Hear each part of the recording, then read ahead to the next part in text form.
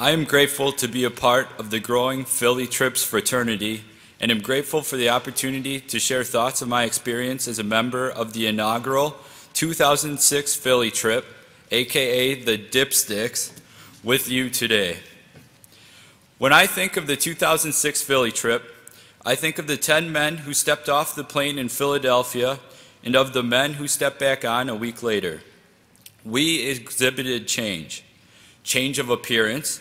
Some of us had grown out our few patches of facial hair during the week and proudly wore what we thought were tasteful beards. Change of thought. Many of us encountered homelessness for the first time in Philadelphia. The generalizations of homeless men we thought we could make before the trip were quickly exchanged for an understanding of the deep-rooted causes of homelessness. And change of heart. We were touched by many stories in Philadelphia, including those shared by the families who offered us hospitality during the week, the Norbertines at Dalesford Abbey, and especially those shared by the homeless men residing at our brother's place. Their stories of struggle and success made us increasingly aware of our blessings of family and friends and the love that we share together. Love that we would come to learn many of the residents at our brother's place yearn for. Besides routine meetings with counselors and the Bethesda Project staff, men at our brother's place did not seem to anticipate visitors, especially family. Their relationships were often fractured by poor decisions, addiction, and financial instability, but more commonly were severed by their pride. Many residents had too much pride to ask family and close friends for help, and in doing so had found themselves on the street. For these and other reasons, the visitors they could anticipate were often from local service organizations. They treated these visitors with respect and in many regards as family. They met our group from St. Norbert College with similar enthusiasm. They were stunned to learn we had traveled from Wisconsin to serve at our brother's place and were eager to learn more about us. Our service experience proved to be a mutual exchange. Our group assisted residents with job searches, interview preparation, meal preparation, and cleaning of the facilities. Residents of our brother's place shared stories, enjoyed making us look foolish in chess matches, and taught us countless card games. We also shared many conversations. There was always plenty to talk about.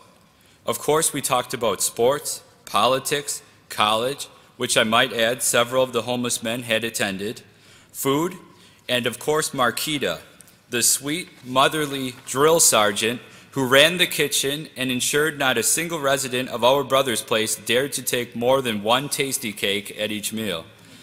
I must admit, I did find some sympathy for the occasional resident who tested Marquita's patience and attempted to take 2 cakes, only to receive a whip of a wet towel across their wrist. It was clear from our everyday exchanges and conversations that we had come to share a bit of friendship, a bit of brotherly love with the residents and staff at our brother's place. It also became clear members of our group were establishing specific conversation partners and were becoming able to know these men at a very personal level. I particularly remember my conversation with Leon, a man trying to decide whether or not he would move to Florida and live with his brother. He said he was uncertain about his brother's true feelings for the move and did not want to be a disruption or a burden in his brother's life. I also remember sitting at a card table of players who were talking about their struggles to find employment. Many had recently attended a job fair and remained optimistic, but it was evident their desires and dreams were becoming fatigued by the word no. I found these conversations difficult to listen to. I was not struck by the fact that these circumstances exist in society, but instead was struck by the presence of my own blessings, especially my loving family and friends. Spending time with the men at our brother's place reminded me of these critical parts of my life that I often took for granted and so much more. The experience in Philly reminded me, as it did the other members of our group, of the necessity to use our gifts to serve others. We left the East Coast reminding ourselves that if our brothers have needs in Philadelphia, a city graced by the nicknames the birthplace of America, the cradle of liberty, the city that loves you back, and the city of brotherly love, that our brothers and sisters must have needs in cities like De Pere, Wisconsin, too. The Philadelphia trip earlier this year marked the 4th trip by male students to our brother's place. I have enjoyed hearing stories of students' experiences each year, as well as stories from the father of the Philadelphia trip, aka Father Sal.